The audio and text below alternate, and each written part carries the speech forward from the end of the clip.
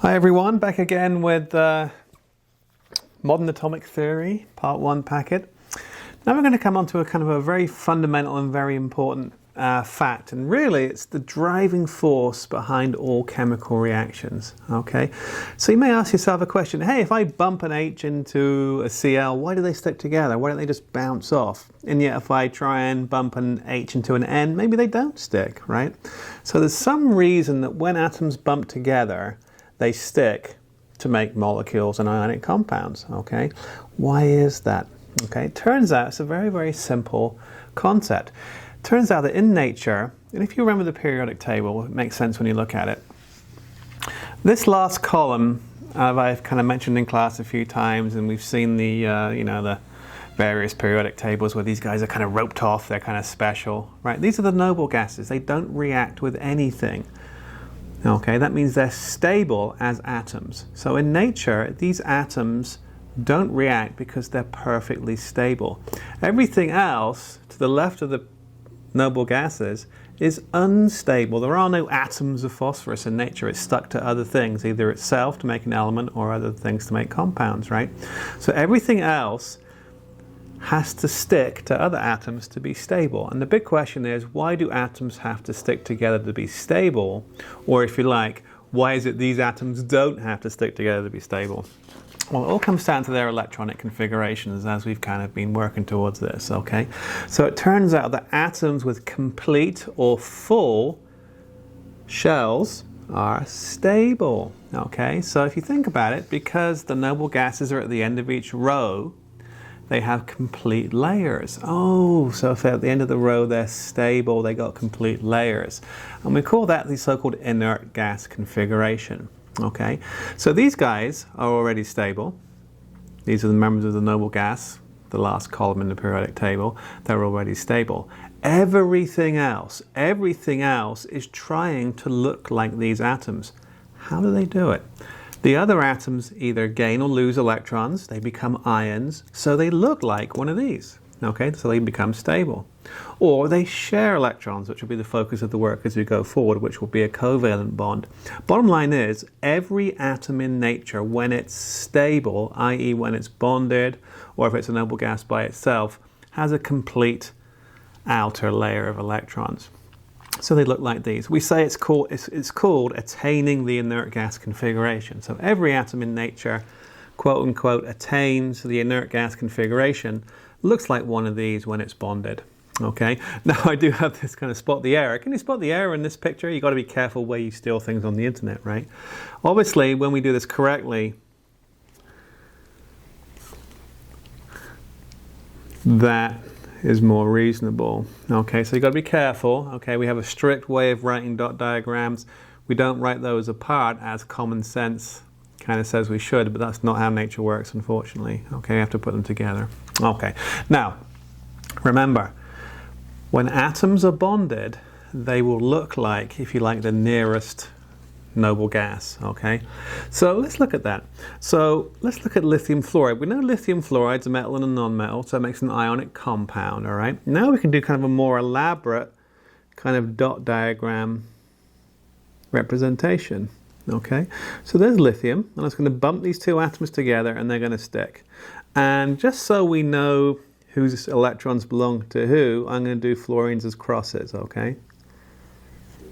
And it's column 7, row 2, 9 electrons, 2 on the inside, 7 on the outside.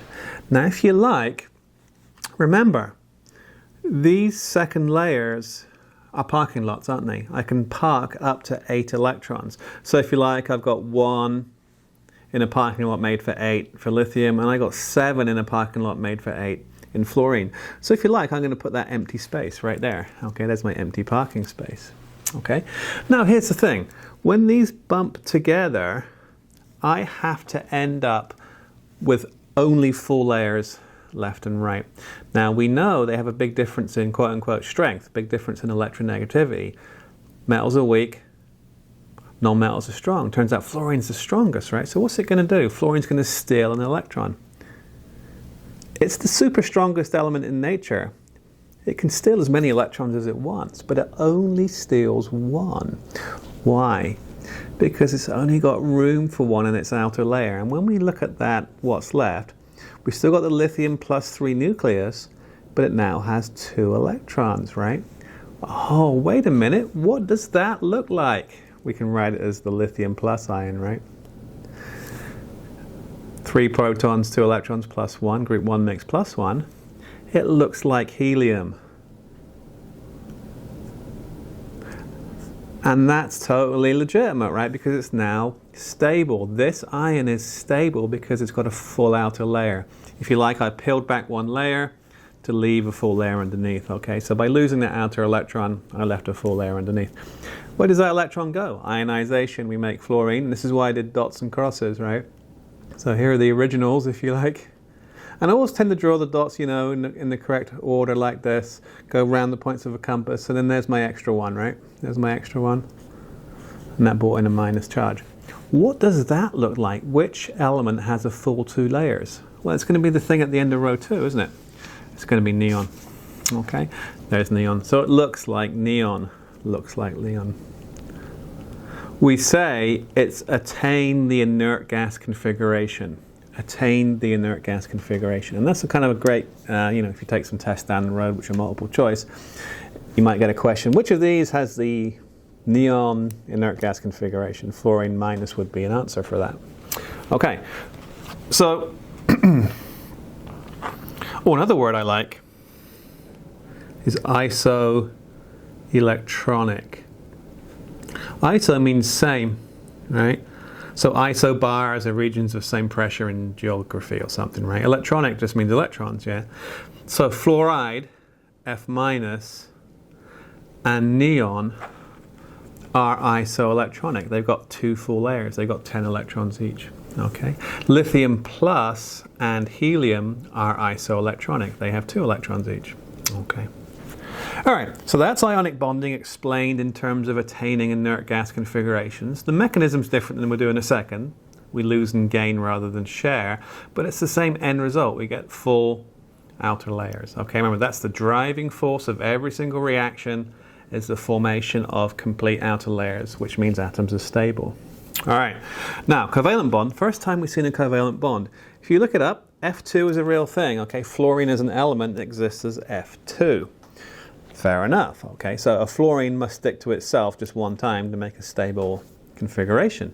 Let's just run them together. Now, remember, atoms can twist and turn in space, so just to kind of show you how this works, I'm going to kind of go points of a compass anti-clockwise, right? But hey, you know, it can flip and turn in space, so it doesn't matter, okay? And there's my empty spot. If I do another fluorine over here, just as we did up there, I'll do this conventionally. In fact, I'll put that there rather than, and put the space there. Now, in your mind's eye, just run those two, oh, apologies, there they are, okay? So here's fluorine, and I've left the kind of the single electron in the spot here, fluorine, single electron spot. Now, when I run these two together, in your mind's eye, just have them bump into each other and just tell me what happens. Well, this electron's going to go into that hole, and this electron's going to go into that hole. If I draw that, we kind of overlap those outer layers, right?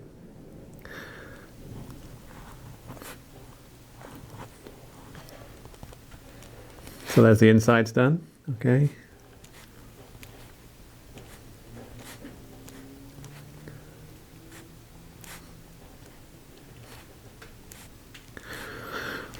So each atom has its same original 7 outside electrons. The 7 crosses on the outside and 7 dots on the outside, right? But look what happened here. This is where all the action is, right? Because there's an overlap,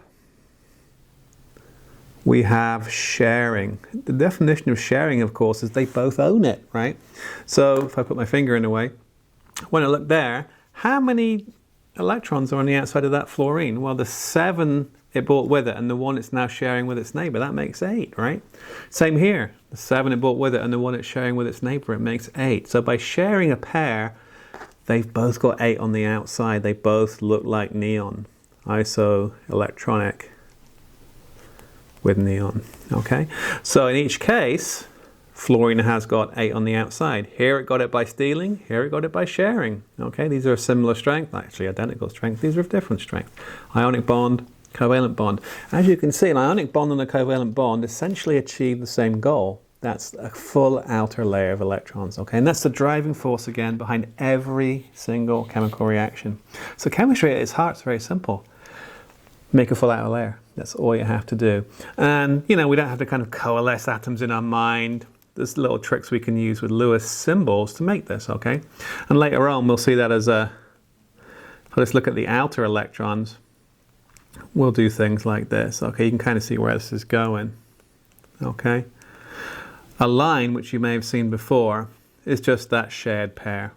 Okay, so later on we'll represent a shared pair of electrons by a single line, and then, you know, the other dots will be as they typically are. Okay, and that's just the valence layer. So there's the valence layer, 3 pairs and a shared pair, 3 pairs and a shared pair. Okay, all right. So moving on. So, as I mentioned before, we're going to turn Lewis symbols into Legos, essentially. Okay.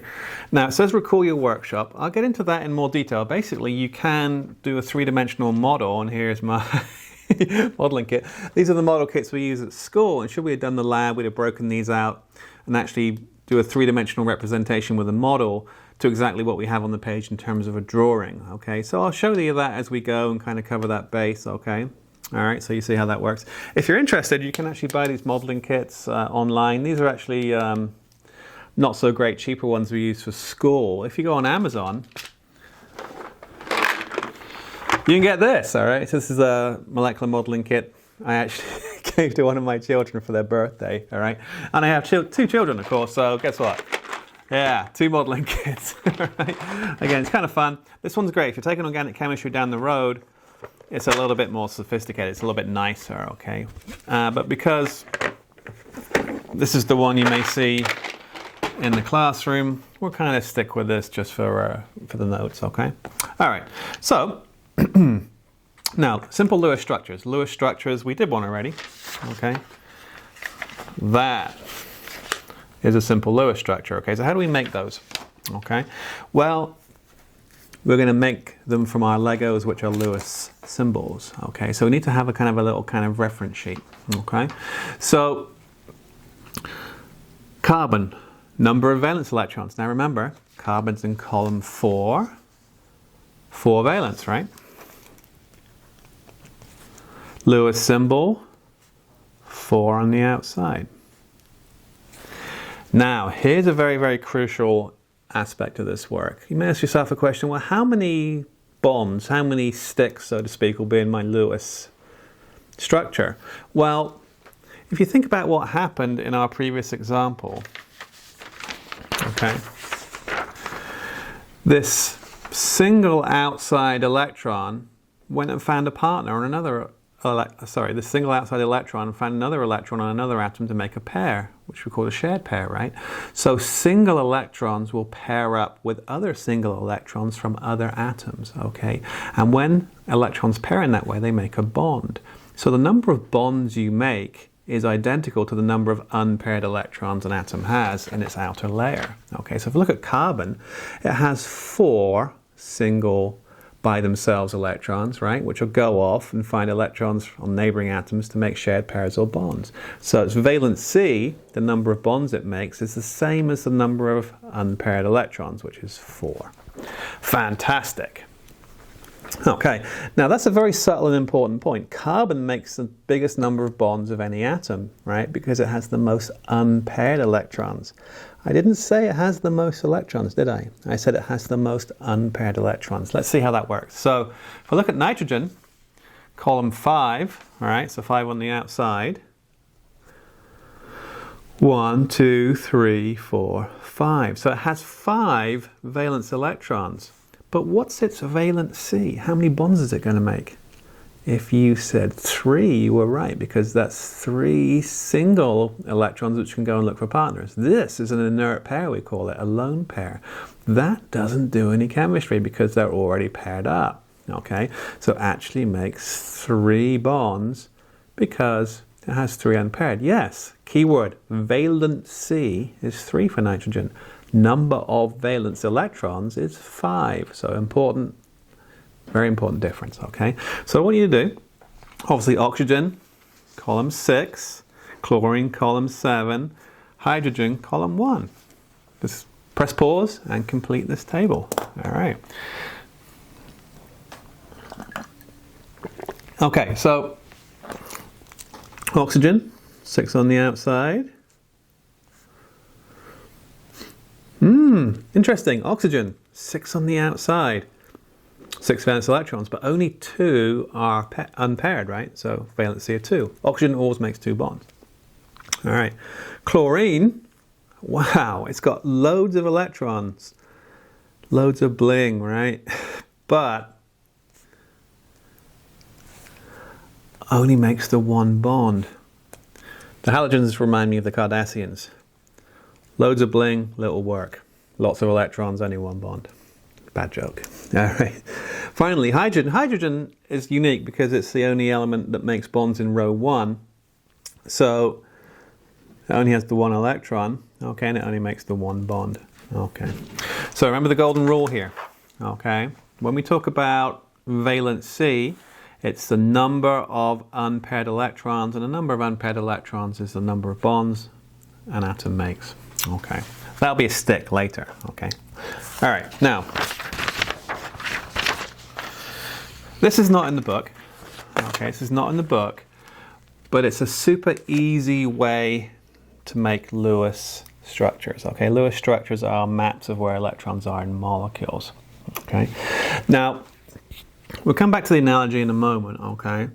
But, and we'll also put in the model from the modeling kit to show you, right? So, if ever asked on the test, right, what a formal Lewis symbol looks like, it's just the outside electrons, right? Carbon has 4.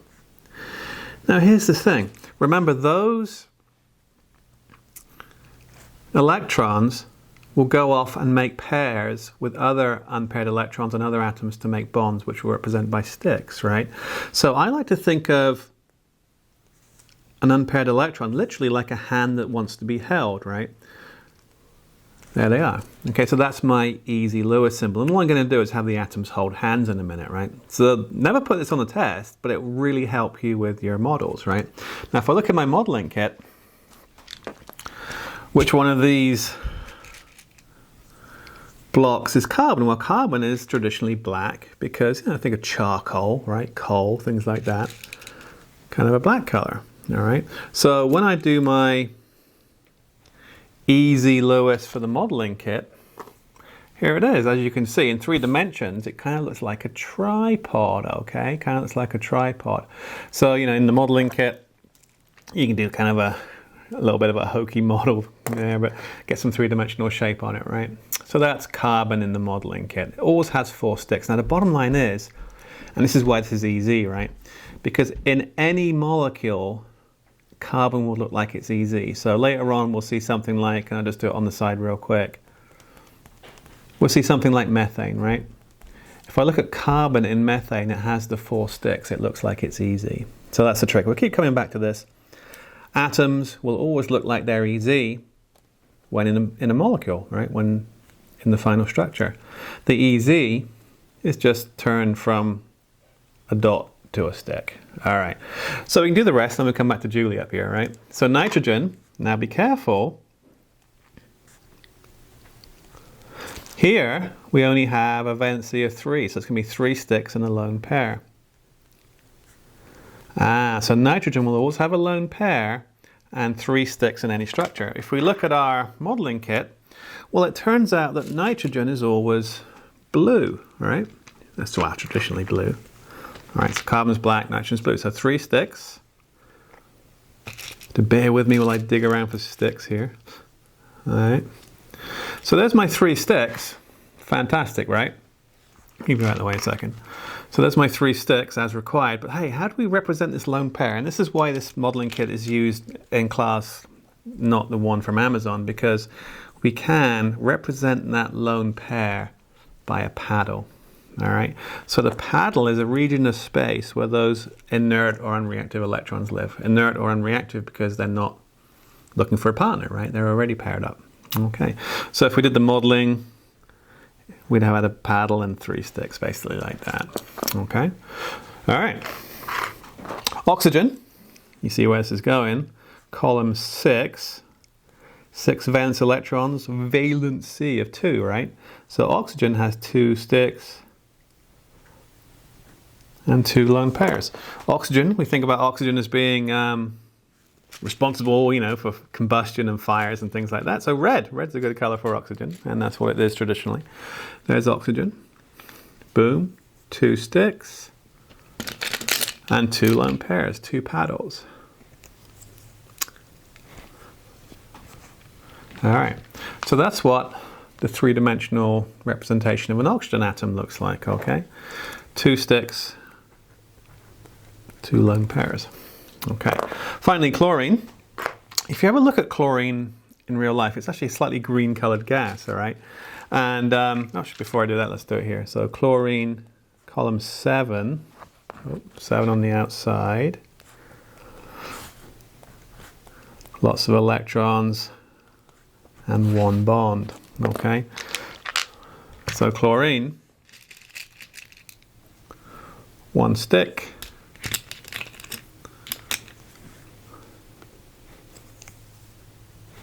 3 paddles. All right. There we go. What would it look like, you know, if we'd done that lab? We'd have actually had to draw that. Oh, 3 paddles, 1 stick. All right, looks like that. All right, finally, hydrogen. Hydrogen is ubiquitous, it's everywhere, right? And as we saw, I can kind of do both here. Hydrogen, group 1. You know, it can twist and turn in space, so it doesn't matter if you draw it sideways like that. It's the little white spheres here, okay? So, there's my hydrogen, okay? Okay, so back to Julie Andrews, right? So, this is dead easy. We know water has the formula H2O, right? Okay, and think of Julie Andrews here as oxygen, right? Okay, and there she is, right? And you know, she's got these 2 arms, there they are, right? Okay, so we're going to draw the easy structure on the page. So we'll start with the thing with the most number of sticks kind of in the middle, right? And we'll do a lot more practice for this in a second, okay? So there's Julie Andrews, right? Okay, this is from The Sound of Music, okay? One of my favorite movies of all time, right? And in The Sound of Music, Julie Andrews is a governess. She's a nanny, right? So she looks after these Austrian children, right? Okay, and you know, what does she do with them? Well, she kind of holds hands with them, right? So this is what we think about bonding. If we look here, there's Julie Andrews, and I've drawn her easy. She's oxygen, right? But it's H2O, so I've got to stick to 2 hydrogens. So all I'm going to do is put the hydrogens and their easies around her, okay? So there we are. Julie Andrews, small Austrian child, small Austrian child. Here's the trick, right? Arrange them so they're facing each other, and then have them hold hands, right? So 2 sticks become 1 stick. They hold hands, they shake hands. So if I look up here, 2 sticks become 1 stick, 2 sticks become 1 stick. Boom. That is the Lewis structure of water. How do you know you got it right? Because inside that structure, the atom looks like it's easy. So does it look like it's easy when it's bound up? Well, yeah, because it's 2 lone pairs, 2 sticks. 2 lone pairs, 2 sticks. Does hydrogen look like it's easy? Let's cover that up. 1 stick. 1 stick. Okay, so you may be confused by this when you look at it in the book, and this got me through organic chemistry, folks, so it works. Okay, all you have to do, put the atom with the most sticks down in the center, kind of like the center of a wheel, the hub of a wheel, right? And think about those sticks as spokes almost, and surround everything else around it and just have them hold hands. The golden rule is, you know, 2 sticks turn into 1 stick as they hold hands, and then what's left, the atom should look like it's easy. If you just follow that simple arrangement, it works every time. Okay, so let's try a couple, right? So, let's see what I wrote.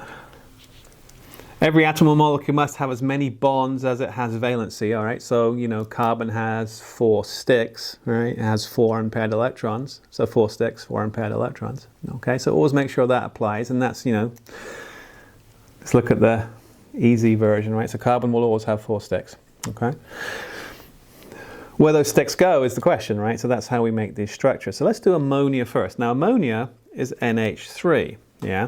So maybe I'll just cover that up, right, to show you. So if I do ammonia, so I got NH3, right? When I look at the EZs, here's my Legos to play with, right? That's my EZ for nitrogen, and that's my EZ for hydrogen. Okay, so obviously the Julie Andrews is the nitrogen, right? So that's going to go in the middle, right? So I'm going to put nitrogen here. There we go. And then I'm just going to surround it by hydrogens. Okay, and put their EZs. Then all I'm going to do is have them hold hands. 2 sticks become 1 stick. 2 sticks become 1 stick. There we go. Do they look like they're EZs? Yes, they do. Okay, so nitrogen, bring it up to show you. Oh, wrong one. I actually wrote on the opposite page of this one. So there's nitrogen. I'll just draw its EZ up here, right? So actually I already did. So does it look like it's easy? Yes, it does. It has 3 sticks, 1 lone pair. Hydrogen, 1 stick each time. Okay, so that's nitrogen. Now the question, how many, and we're often asked this question, how many valence electrons does it have? All right, how many valence electrons does the structure have? Well, just count them up. Remember, each line is a shared pair. So 2, 4, 6, 8 electrons.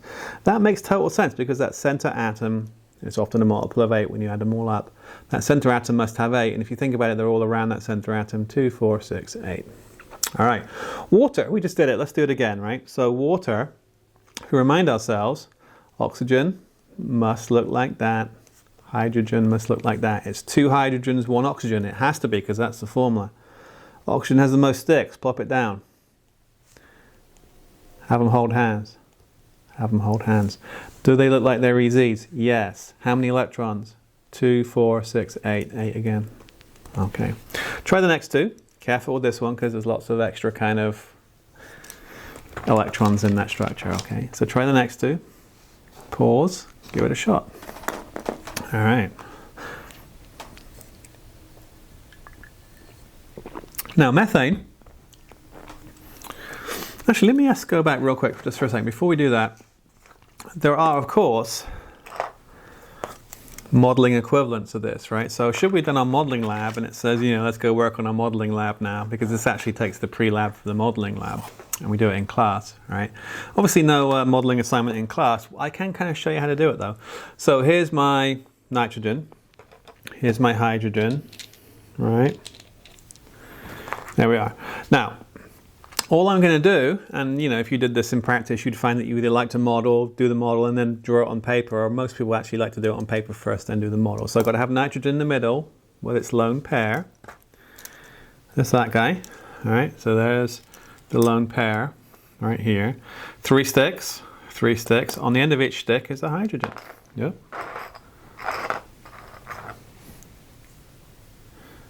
Bear with me while I do this. Okay. Then, you know, 2 sticks have become 1 stick, so I just keep the 1 stick I had. Oh, running out of time?